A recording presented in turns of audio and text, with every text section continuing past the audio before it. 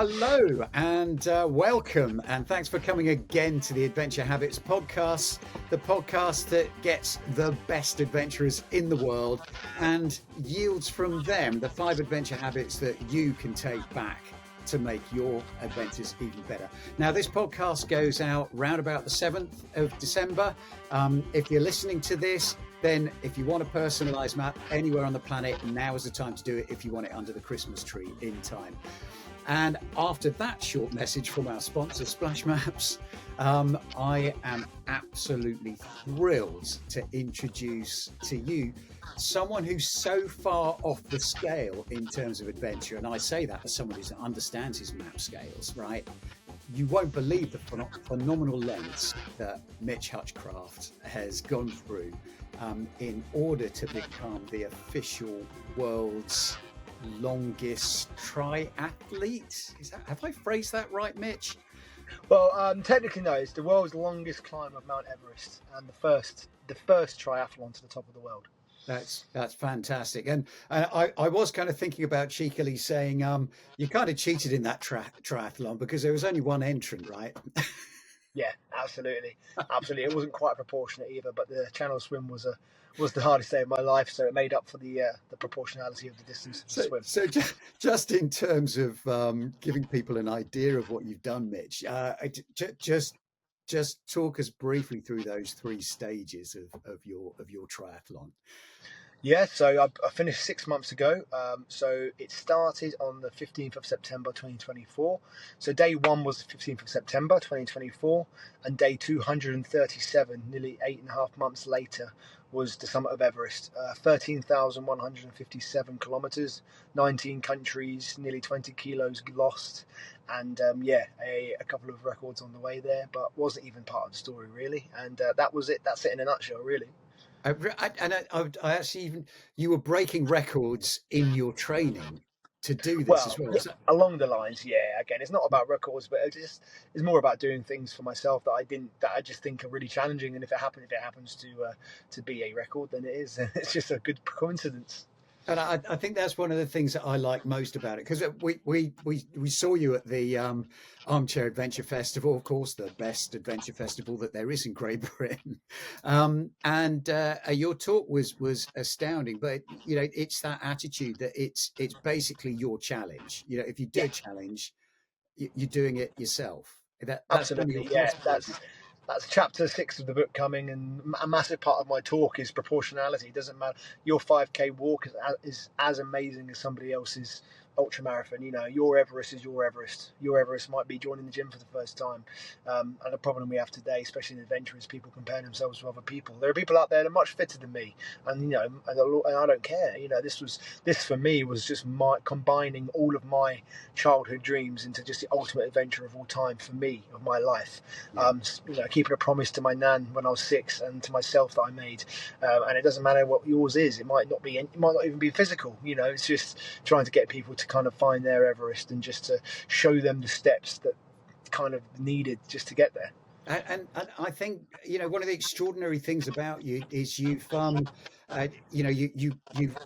as a child you had ADHD. I guess that's something you live with in your whole life, and it's good to be aware of, right? Absolutely. But there seems to be a juxtaposition there. You've got ADHD, which you'd imagine has you splurging out in all different directions. It's the best superpower in the world. Focus. Yeah, that's it. It's the best power in the world. I mean, all it does is hyper focus in on the things that you love. So rather than kind of enjoying lots of different things, when you're lucky enough to find that one thing that you love, and for me it was just kind of the outdoors and adventure. When you find something that you love, you just focus in on it, and it is a genuine superpower.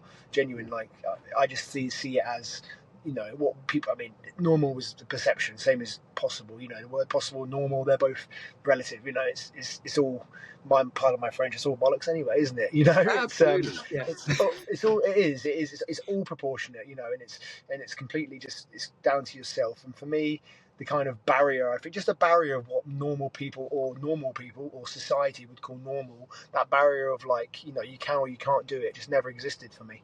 And so I just count myself lucky that I have ADHD, because maybe I wouldn't have this outlook, and I would never have had this drive, this kind of, to when it comes, so when I'd say to people a few years ago, I'm going to climb Everest from England, for me that was just normal. To other people, it just didn't sound normal. Yeah, I can imagine that attitude. So it's a superpower that you've learned. I mean, anyone with ADHD watching this, I guess that the challenge of it is most people will try and conform to expectation and stuff like that. Have you had those issues in life? Yes, yeah, definitely. When you're at school, even when I was growing up, I'm not too old, but there was no really understanding of it. Everyone just plasters you as disruptive or naughty, and it's just kind of there's no understanding. So the most important thing for people, and especially any parents listening to this, is just having patience, because the fact is, doesn't matter if it's tomorrow, next year, 5 years from now, you will find what they will. Your child will find what they love, what their passion is, and then when they do, you're going to be prouder of them than if they didn't have ADHD, because they're going to push hard. So stick with it, parents. I mean, that's the thing. You could be the second person to do that triathlon. Hopefully, yeah, that'd be great. I'd love to shake someone's hand at the end of that again. Fantastic. And of course you're, like a lot of people on this pod. I mean, I'm beginning to lose count. I mean, that's ridiculous. We've only 20, this is episode 22, so I haven't lost That's count. a lot. But we've had I think out of those we've had 4 Royal Marines veterans. So it seems to be that there's a bit of a core. We like our adventure. Yeah, too right. Well, you're trained for it, aren't you? But for you, it came in, I always think of, you're going to join the Royal Marines, go into the military. That normally starts at 16, 17, 18 years old. But you actually came at it quite a bit later. Can you just tell us how that came about?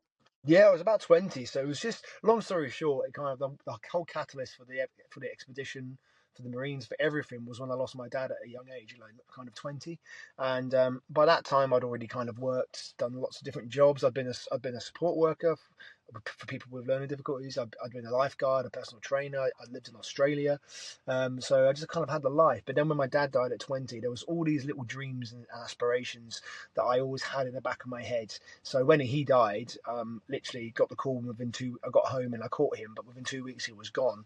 Like, the last thing I said to him on his deathbed, as I walked out the room, basically, the last thing I ever said to him was, "I promise I'm going to make you prouder than you ever dreamed possible."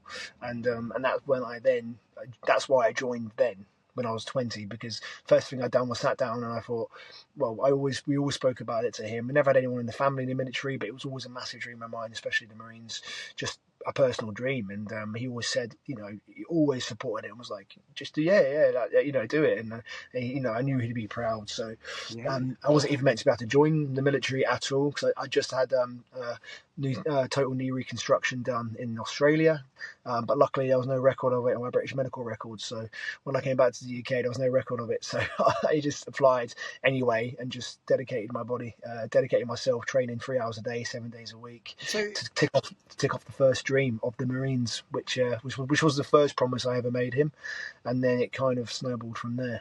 Yeah, wow. So I mean, did your dad actually have that? Did he know your dream of going up Everest as well? Yeah, oh, absolutely. So it all started when I was 6 or 7 years old. Grew up on a farm in the middle of nowhere.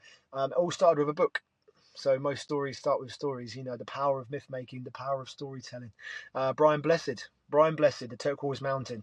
It's called Galahad on Everest, The Turquoise Mountain. You need to read it. He attempted to climb Everest, without oxygen as well. He's an absolute legend, and he's a beast of a man. I hope I can see him. I really hope to meet him. But I was 6 or 7 years old when my nan read me that book. It took a while to read. I'll never forget, that was it. I was transfixed. That was it. I told my nan and dad there I'll never forget, over a roast dinner when I was about 6 or 7. I told them I'm going to climb Everest, and I still remember them both laughing at me in a nice way. And that was it. That was the moment. That was literally the second that was set in stone. Set in stone back then. I didn't know how long it would take, and I never expected at that age I'd be climbing Everest from England. But it was that's where it all began. Well, do you know what? Before this podcast interview, I never would have guessed that Brian Blessed was the inspiration. Absolutely, yeah. I'm trying to get a hold of him now. It'll be great to have a cup of tea with him. That's for sure. I'm absolutely sure he'd be absolutely gobsmacked that what's just happened with you was inspired by him and his book. And to be honest, I never even knew he climbed mountains. I knew him Yeah, as it's not very well known. He was Everest obsessed. Mallory, he was Irvine. He was that was him. So kind of Mallory's book and all the early stories of Everest really inspired him. yeah. And the way he told it, in the book, I remember it just being great. Actually, I can't wait to reread it again. I haven't read it in 27 years, but I'm gonna, because I'm in the process now of writing my book, so it's gonna be very interesting to read the book. Yeah, I'm again. definitely going to read. I'm definitely going to read it. In fact, I'll find out what it is and I'll put it in the link in the show notes here. But Absolutely, the Turquoise Mountain. Turquoise Mountain, right? Okay, turquoise. Yeah, okay. Brian Blessed. Well, easy to remember that Yeah, can't forget that. bit. Okay, great. Now, you've got you love animals. You've worked with animals. You're qualified in working with animals and stuff, Yeah, and you're supporting Savsim. That's the charity that you were raising money yeah, for. yeah. The expedition, I came across them randomly in 2023, just before I'd done my training cycle across the US. Just randomly came across them. Yeah, they were combining, two of my biggest passions: mental health, veterans mental health, and wildlife conservation. So Yeah, they make mental health. They work with ZSL, London, and Whipsnade. So they make mental health courses using wildlife and nature to treat PTSD and suffering people, servicemen and women who are suffering. As well as that, though, they utilise them skills by sending them to like anti-poaching and conservation projects around the world. fantastic. So it's kind of, I just came across them, and it was I just kind of combined all of these lovely passions, and that's who I ended up doing it for. Yes, and the fundraising link is still up on my bio, so it would be great if people could go over. I'm keeping it open for at least another 6 months, probably. Yeah, sure, and all of that stuff will be linked at the in the show notes Yeah, for this that's it, mate. as Yeah, well. that's it. There. Fantastic, fantastic. So, I mean, you alluded when we were just talking beforehand to your next challenge. I'm intrigued. I mean, what would it be? I mean, I can't So even get. yeah, the second the day that this podcast is released, actually. So actually, I mean, touching on that, I'll just tell people now how they can see everything that's happened on Everest, and how they can see the challenge happening. I'll be doing a challenge the day this gets released on the 7th. So just head out. All any people need to search is just search Mitch Hutch, search MITCH on Instagram, because the entire details will be on there. Just search that Mitch Hutch and follow and share. So I'm doing a 700-kilometer 16 back-to-back marathon challenge.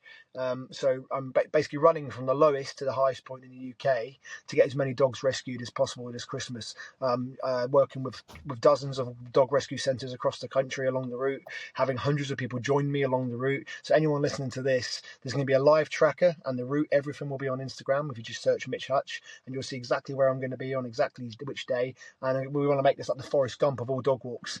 So anyone that wants to, it's not a run, it's a walk as well. So whenever people join it, even if it's just for a half an hour walk, come and join it. So yeah, 5th of December, 5th to the 19th of December, 700k from the lowest to the highest point in the UK. So starting off in my hometown near Ramsey in Cambridgeshire, so 2 miles from where I went to school, is the lowest point in the UK. Yeah, There's actually a plaque in the woods that says 2.7 metres below sea level, the UK's lowest point. So I thought I'm going to run from there to the top of the highest point in the UK. So it's basically Cambridge to the top of Ben Nevis in Scotland, in 16 back-to-back marathons. fantastic, fantastic. So, if you own a dog and you're Or anywhere even if you don't between own a dog, Cambridge. even if you just love the story, come along. If you've got a dog, great. But yeah, that's basically it. It's going to be really great fun. Fantastic, fantastic. Well, that does sound Where do you live? Where do you live, David? well. I'm down near Southampton, so Oh, okay. You're a little bit off route. it That's okay. If it you would are a be. bunch of way up, you can come along. Yeah. But yeah, maybe I could persuade. Yeah, we could persuade a few people to get going. I mean, we're bound to have Yeah, for sure. lots of people. Absolutely. Even if you can just kind of share the stories and stuff, and every other day, that would be great. Even if you can't join, but if you can, that would be great all around, because we can, it'll just be great. Well, that would be an absolute pleasure. Well, look, I've this is you're certainly the biggest adventurer that we've had on this pod so far. So It's all proportionate, remember? It's all everything's proportionate. proportionate. Yeah, everyone's challenge is different, but well, it's great to have you here.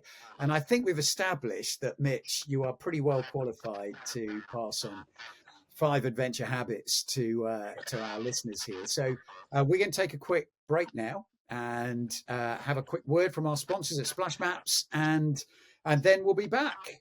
So when you get a splash map, you'll notice the print on the material is super sharp. That's because when we started this business, we needed this product to be as clear as a paper map, but without any of the disadvantages of folding and getting mushy in water and mud. So this is a tight woven polyester. This is a fabric that won't stretch even when you wash it. And we'd encourage you to put it in the washing machine quite frequently. You get a key to explain exactly what you've got on the map. It's stitched with an overlock all the way round, and that's so that it will never fray around the edges. If you want to increase your adventure habit, head over to our website and set up your personalised map in whatever format you want today. Okay, so we're just taking a quick break now, and then I'll call us back in a sec. Brilliant. Just about the Brian Blessed stuff, I just love that. Yeah, I've tried to get hold of them a few times through a few people. It's just trying to get the message across. You know what I mean? I'm sure I'll come across someone that knows someone that knows someone that knows him. You know what I mean? It's just trying to find the contact. Yeah. It's difficult to know who. Yeah. Well, anyway, we'll come back to that. I'll finish the break in just a couple of seconds, and then we'll go straight into your adventure habits, if that's all right. Sounds good.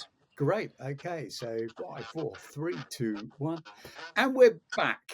And I'm here with Mitch Hutchcraft. In the first half of the podcast, we heard a phenomenal tale, not just of the world's longest triathlon, but also of some of the inspirations and the superpowers that Mitch has been able to put together, which has been an eye-opener for me. I love the fact that Brian Blessed is behind the whole of this thing as well. I just remember him from Blackadder and all of that stuff. Absolutely love that guy. No voice like it as well, let's face it. So, absolutely. Okay, Mitch.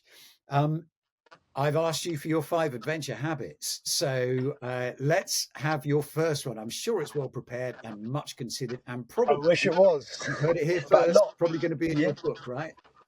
Yes, of course. Well, that's what I mean. A lot of them do kind of follow on from the stories and advice given in the book. But I'm going to start with the simplest kind of one in the world, which I always tell people is keep it simple and don't overthink it.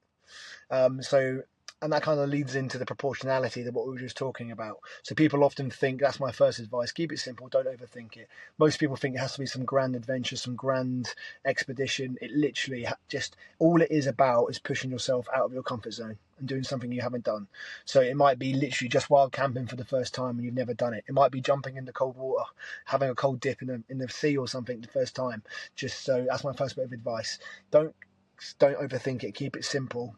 And just do it, because once you do it, I can guarantee you'll absolutely love it, and it will snowball. Next thing you know, you won't be an armchair adventurer; you'll be a real life adventurer.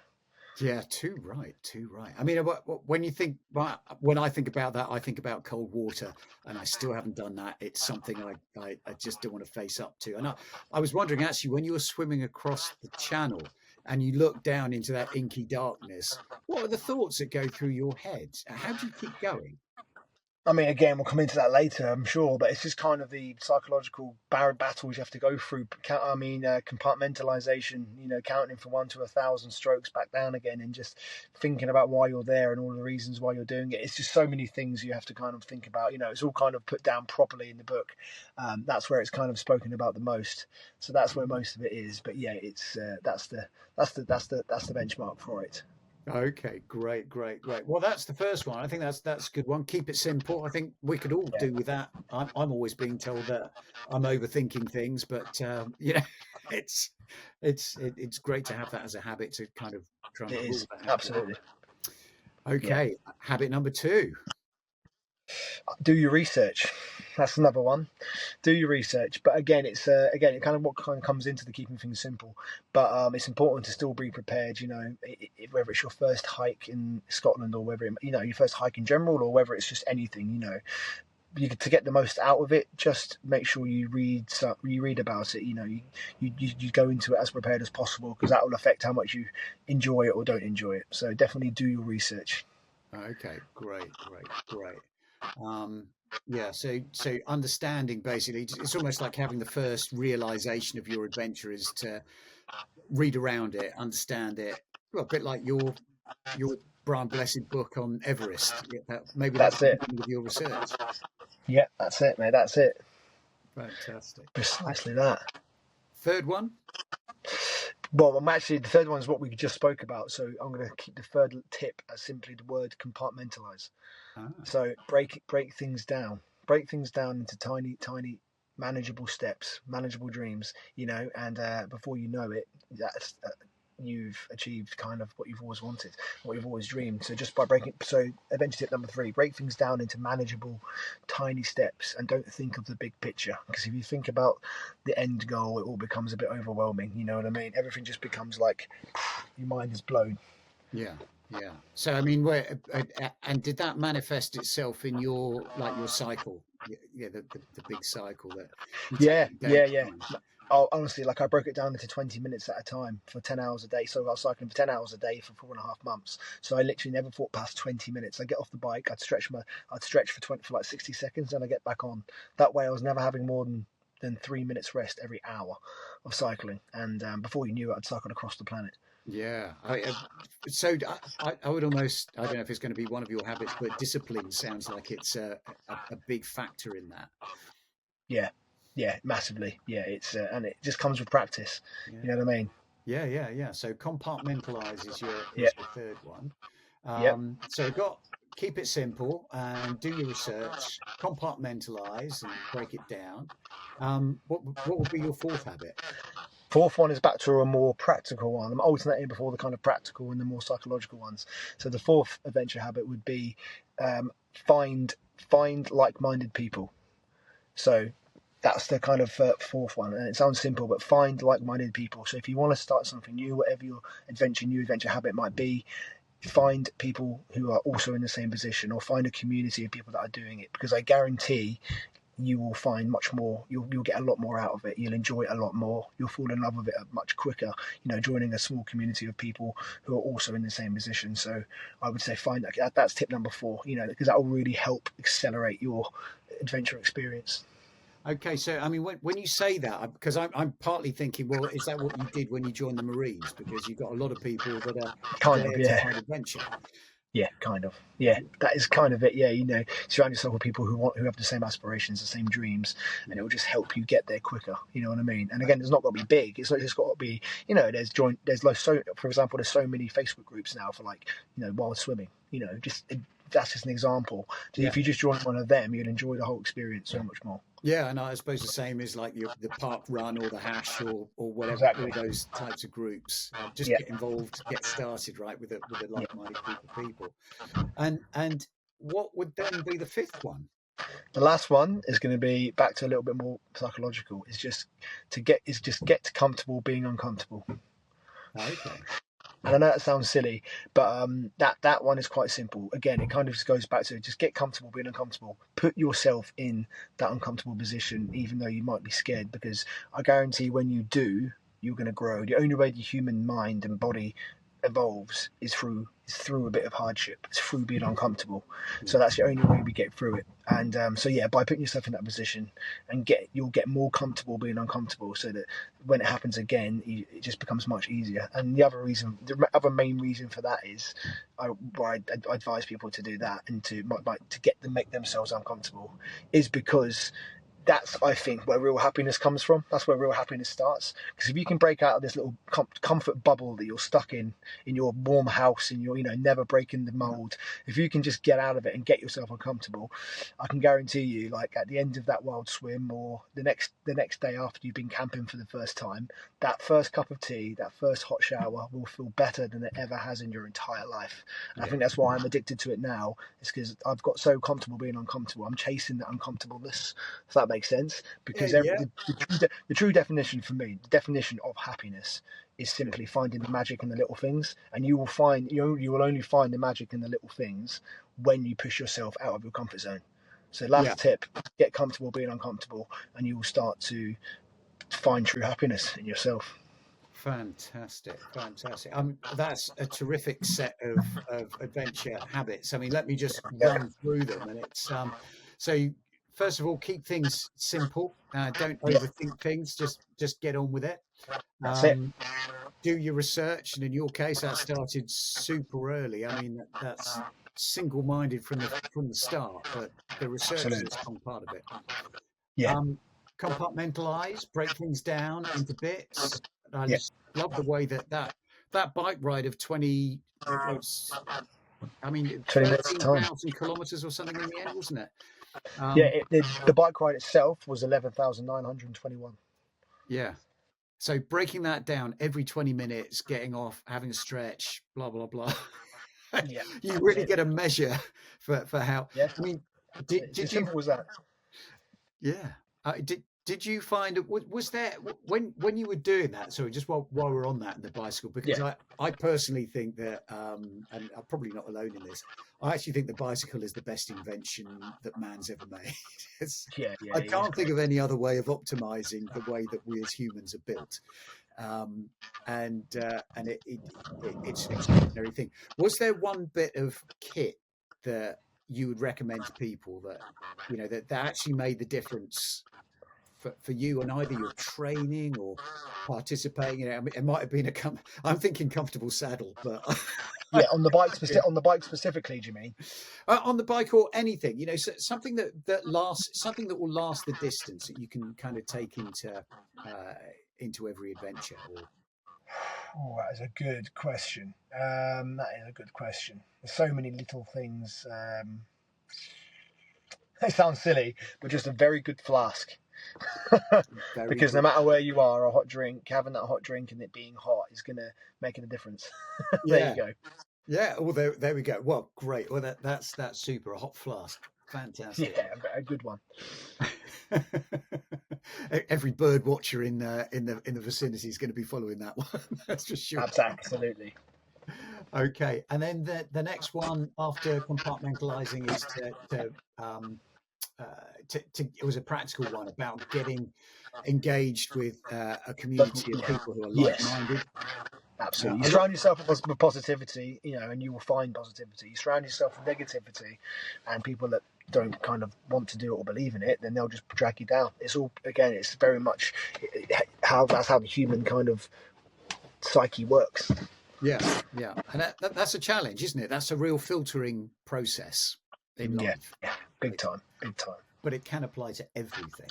Definitely. And then the last one is psychological. It's about getting comfortable with being uncomfortable people. That's it. That's what it's all about. That's how you get to do the longest climb up Everest.